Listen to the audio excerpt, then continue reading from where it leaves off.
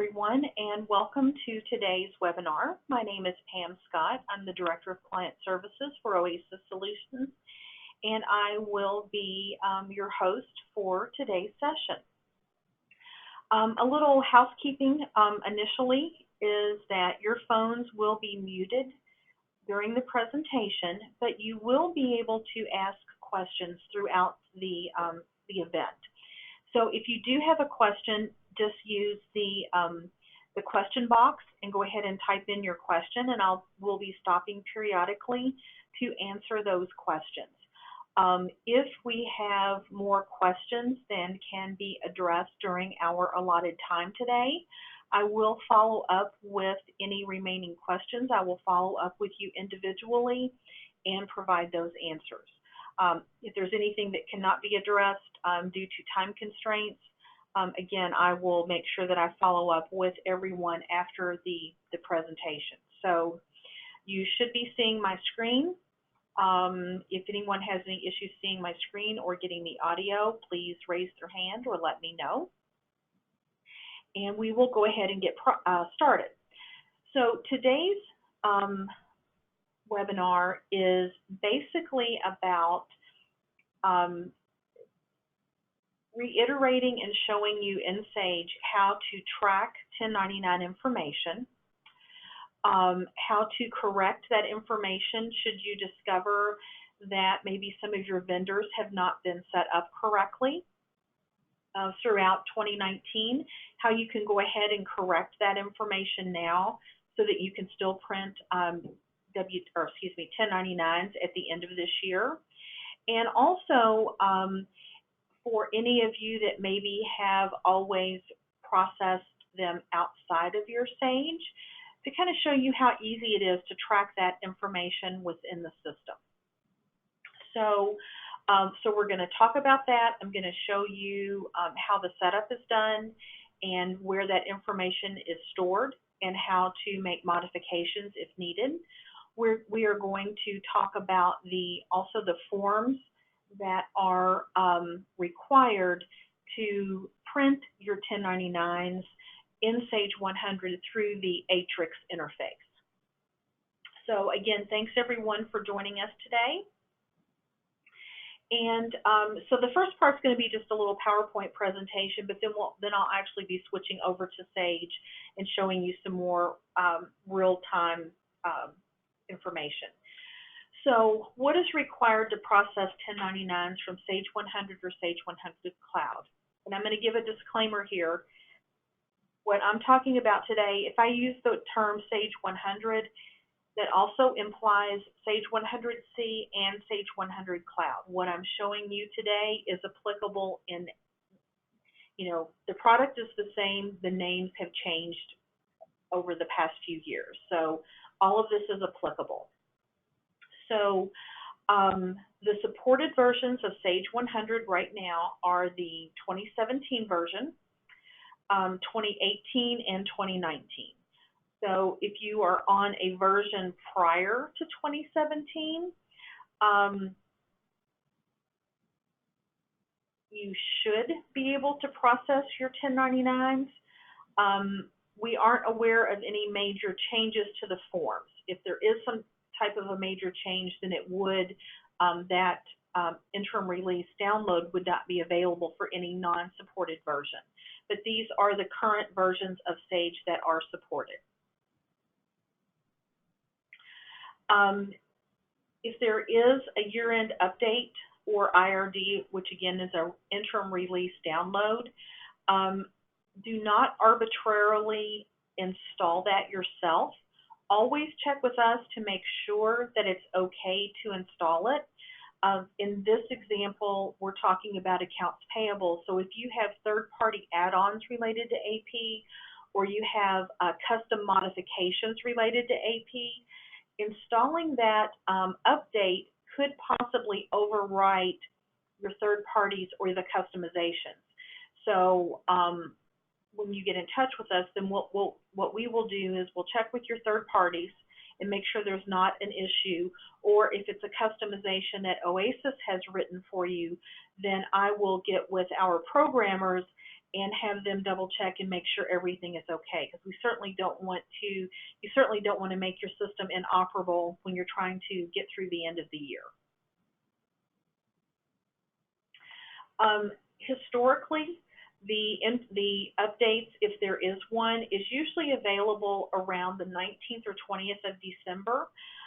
Sage does not really give us any advance notice. We just kind of start watching every day toward the end of December, and we'll know when that's released. And you guys basically will get the notification at the same time that we do.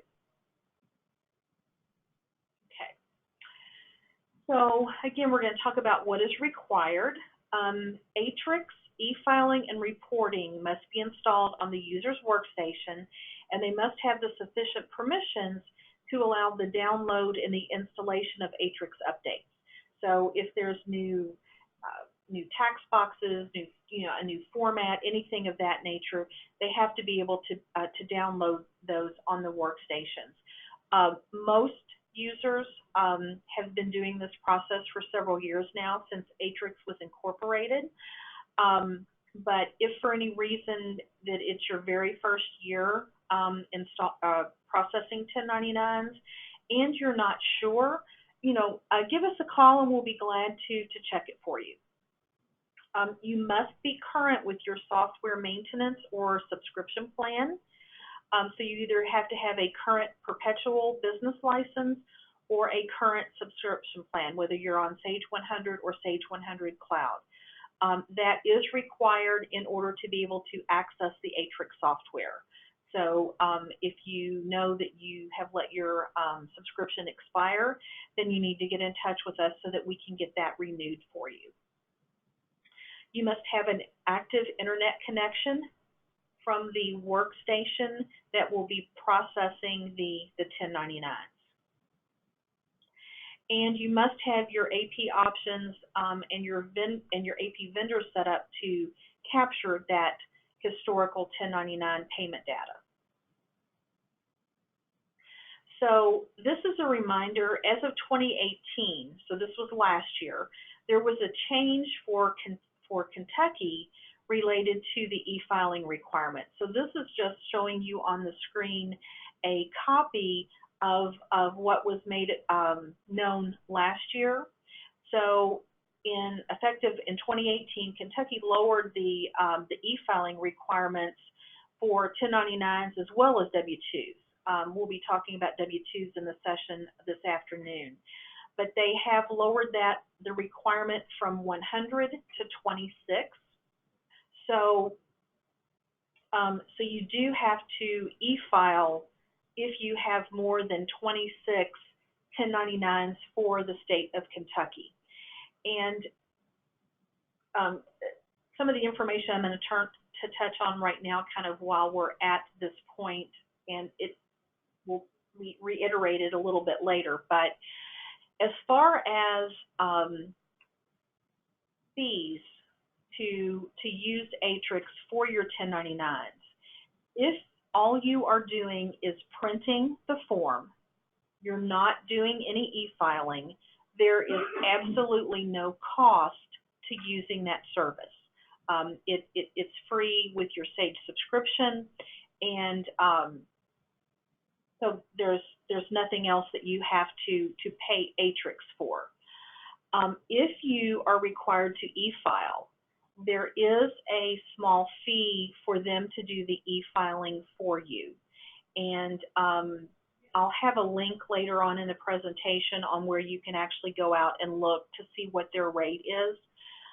You can also choose to have them do everything for you, and which means they will print the 1099s, they will send them to your vendors, and they will do the e-filing for you.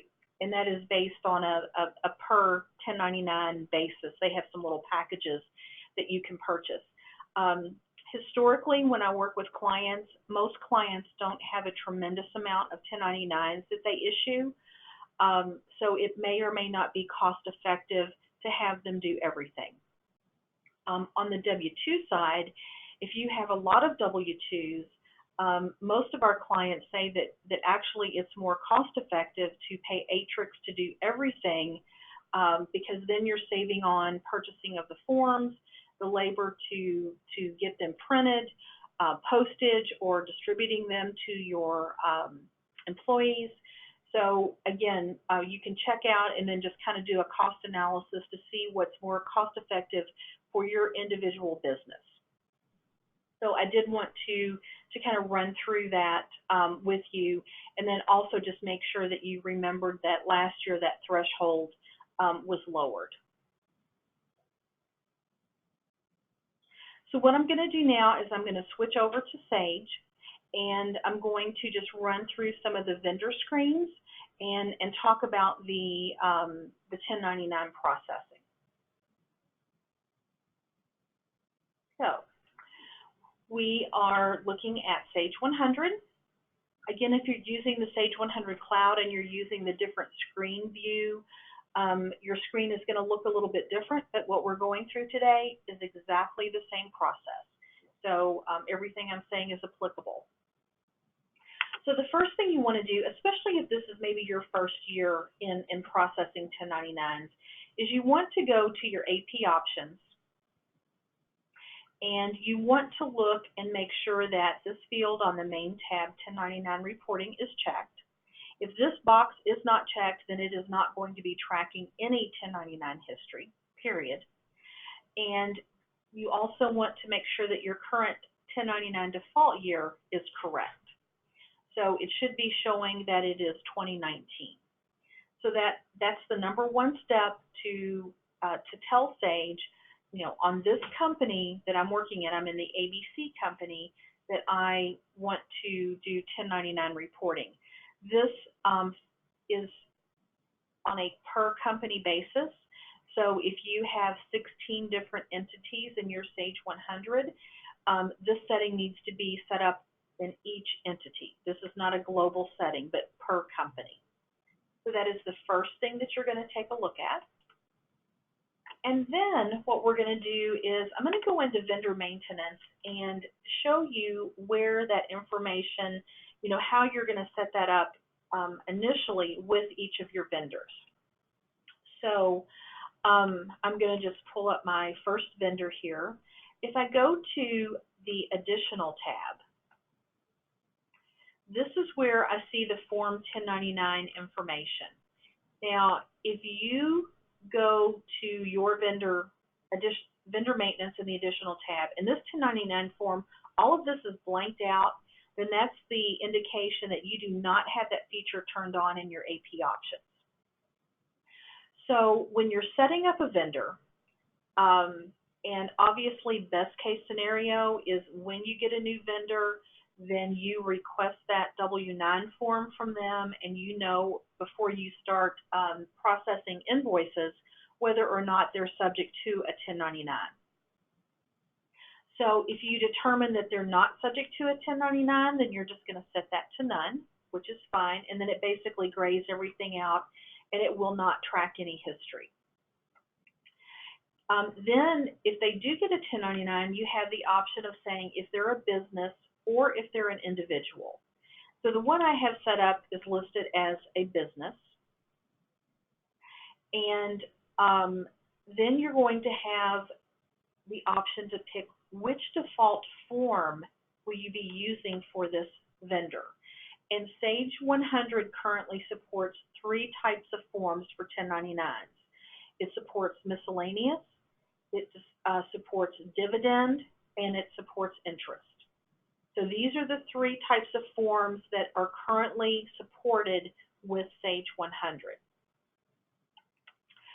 If it's a business, it's going to ask you for their taxpayer ID number, and it's very important that you have that filled in because that is in turn going to print on the 1099 form. If they are an individual, I'm going to go ahead and just change this to individual. You'll notice then that it asks for their Social Security number. So again, you're going to want to fill in that Social Security number, and because that will print on the form. And then here's the biggest issue that I see folks have. when you're setting this up from scratch, the default box always defaults in the very beginning to to box number 1. So it's your responsibility to go in and change that. So if I look at my options, I see all of these different box codes, and I'm thinking, and especially if I'm new to this, I'm thinking, well, I'm not really sure what box is what and which one I need to select for this vendor. So what I have folks do is go into the 1099 history button. Notice save changes. So I go into the 1099 history button, and all of my forms are listed that we mentioned in the beginning. And then it actually gives you the description of each of those boxes. So you can kind of use that as a cheat sheet in order to determine which box you're supposed to use.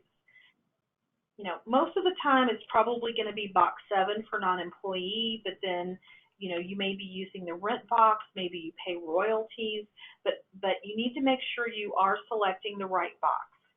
And then as you, once you have the vendor set up, when you go into invoice data entry and accounts payable, it is going to pull up that 1099 information and know that if I put in an invoice for Airway Properties, that they are subject to a 1099 and that it needs to default to box number 7. So as I pay those invoices, what happens is when I do the cash disbursement on that invoice, it then adds to this year-to-date total. So it goes in and adds to that. So nothing goes into the history at the invoice data entry level. It goes into the history at the time that you pay the invoice. So I'd like to know at this time if anybody has any questions. If you would please type in your question and let me know. I will be glad to answer those. So while you guys are typing in your question, I'm going to address, what happens if I go in and look and realize that a vendor had not been set up at all, and they should have been set up from the beginning of the year, and we just plain old forgot to. Can I still issue them a 1099? And the answer to that is yes. So what you would do is, let me go in and see if I can find a vendor. Let's look at the postmaster. Okay, so the U.S. postmaster is set to no 1099. And let's just pretend that for whatever reason, they really should get a 1099 from us. Obviously, they wouldn't, but for the purposes today. So what I would do is I would, first of all, go ahead and get them set up so that we know exactly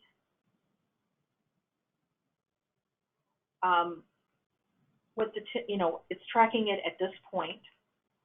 Pick the select the proper box and click accept. And then what I can do is under my reports in accounts payable, I can go to a payment history report. And there also, I think you can use the check history report. But I could do a payment history report, and I could say, let's do it by date from January 1 of 2019 through 12/31 of 2019. I would say that I want to do the vendor number equal to, and then I would pick the U.S. Postal Service. And then I could then print or preview this report. Now, I'm probably not going to have any information in this scenario, but what the report will do is it's going to show you any checks that you have cut for that particular vendor, and it's going to give you the total. So let's say that I ran that report, and it shows that to date I have actually paid the Postal Service $4,500. So I would go back into vendor maintenance. I would pull up that vendor.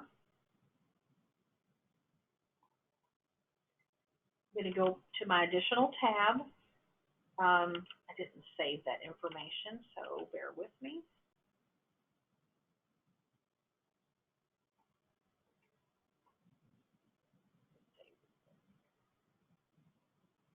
Okay. So then I'm going to click on the 1099 history, and I'm going to assume that they need to go in box 1 for rent. So I'm going to click on my 1099 history, and as you see, everything is 0. I'm going to go in and fill in what I've paid them to date and click OK. And now if I enter invoices through invoice data entry from today through the end of the year and cut more checks to them, it is then going to add to that 1099 history. So, you know, if you find that you've missed a couple of vendors, it's not the end of the world.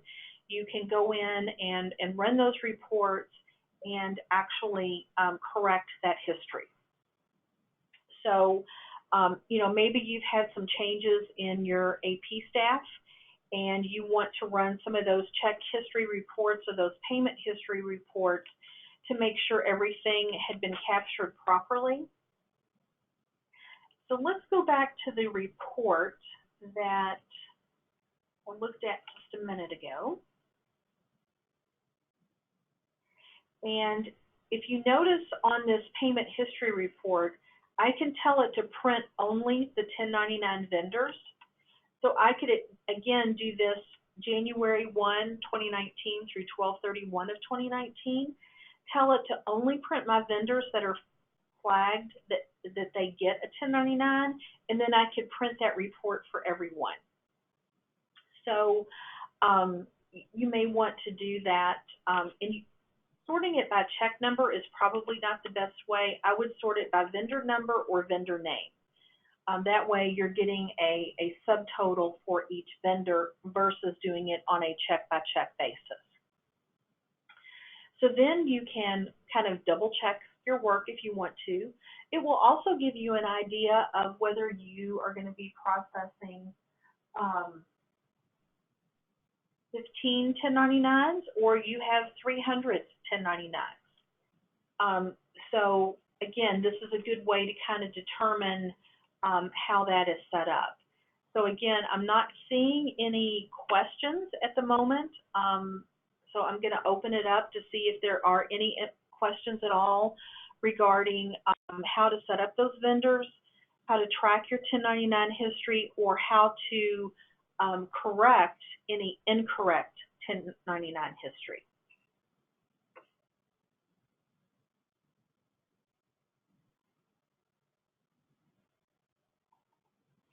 Okay, so I'm not seeing anything yet. Again, feel free to jump in and let me know if you do have any questions. So that's pretty much what I'm going to cover today. We're not going to get into Aatrix and how to process the 1099s. That gets a lot more granular and detailed, and there could be some variance from client to client on how that is done. So what I'm going to do now is I'm still going to leave it open to questions, but I'm going to go back to my notes on the PowerPoint presentation and provide some additional information. So going through a couple of the FAQs, you know, do you have to e-file using Aatrix? So if you're in Kentucky and you have less than 26 1099s, you are not required to e-file. And I think the federal limit is maybe 100 forms. I apologize that I don't remember that off the top of my head, but you do want to make sure that you know what the federal limit is as well. But printing those forms is free. If you choose to e-file, it does require that you register with Aatrix, and then there will be actually processing fees to do that e-filing. to enroll with Aatrix is you go to efile.aatrix.com, and that is how you get enrolled. There is no fee to enroll with them. And then what is the, we talked about that they have some packages as far as e-filing is concerned. This is the website if you want to make a note of that while we're talking. You can go to this website and it will let you know what the fees are. And as I said, they also offer some bundle pricing. So, you know, if you do payroll and AP within Sage, you know, they do have bundle pricing where you can kind of include everything. If you are unable to find the Aatrix information, if you would please just let us know, and we'll be glad to do additional research or pass along some additional information. So this is a very important one, and this is very important if it's your very first year in using Sage and printing 1099s. You need to order blank forms. Aatrix does not support or use the pre-printed 1099 forms. So you need to purchase the blank perforated 4-up packets. Now that packet will include a pre-printed, a red print federal copy. So that's the only thing that's really kind of pre-printed, and then it includes the blank perforated recipient copies. You will get information directly from Sage about ordering forms through them. You certainly can do that, but it is not required. Any federal form, any federal 1099 blank perforated 4-up packet will work with your Sage 100 and your Aatrix. So if you want to compare pricing, you can check with Sage to see what their price is on the forms themselves, or you can go to Office Depot, Office Max, any of those places will carry those forms. And if you have a print house that you typically deal with that, you know, provides your check forms and such, you know, check with them as well. So, you know, do a little shopping and make sure that you're getting the right price. But the critical thing is to remember that they're blank forms. They are not the pre-printed 1099s.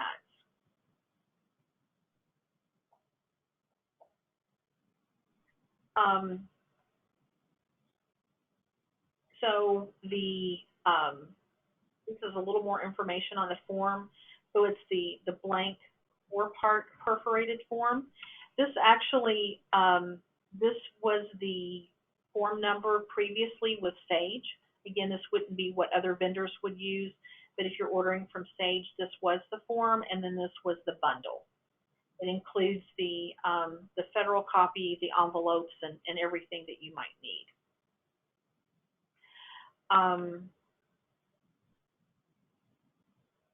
So the recipient notice is not printed on the backs of the blank perforated forms. So you'll need to print out the recipient instructions on plain paper, and you can do that directly through Aatrix.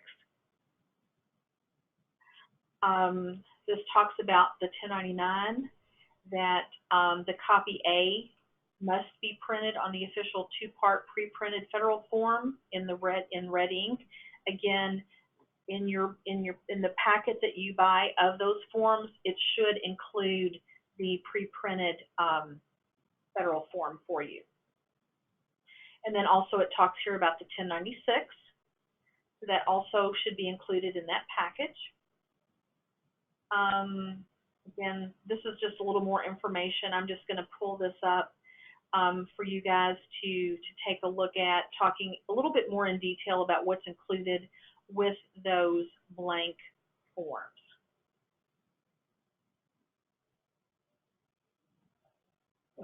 So again, what most of our clients do is choose to bid the bundle package so that they get the 4-part 1099 forms, the blank perforated forms. They get the 2-part 1099 federal copy A, and then they also get the federal 1096. And again, you know, this is a lot of information if it's your very first year.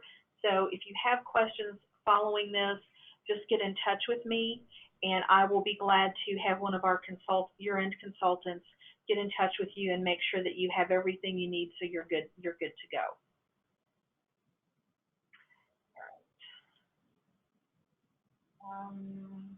And this is just basically just reiterating that Aatrix really only supports the blank forms.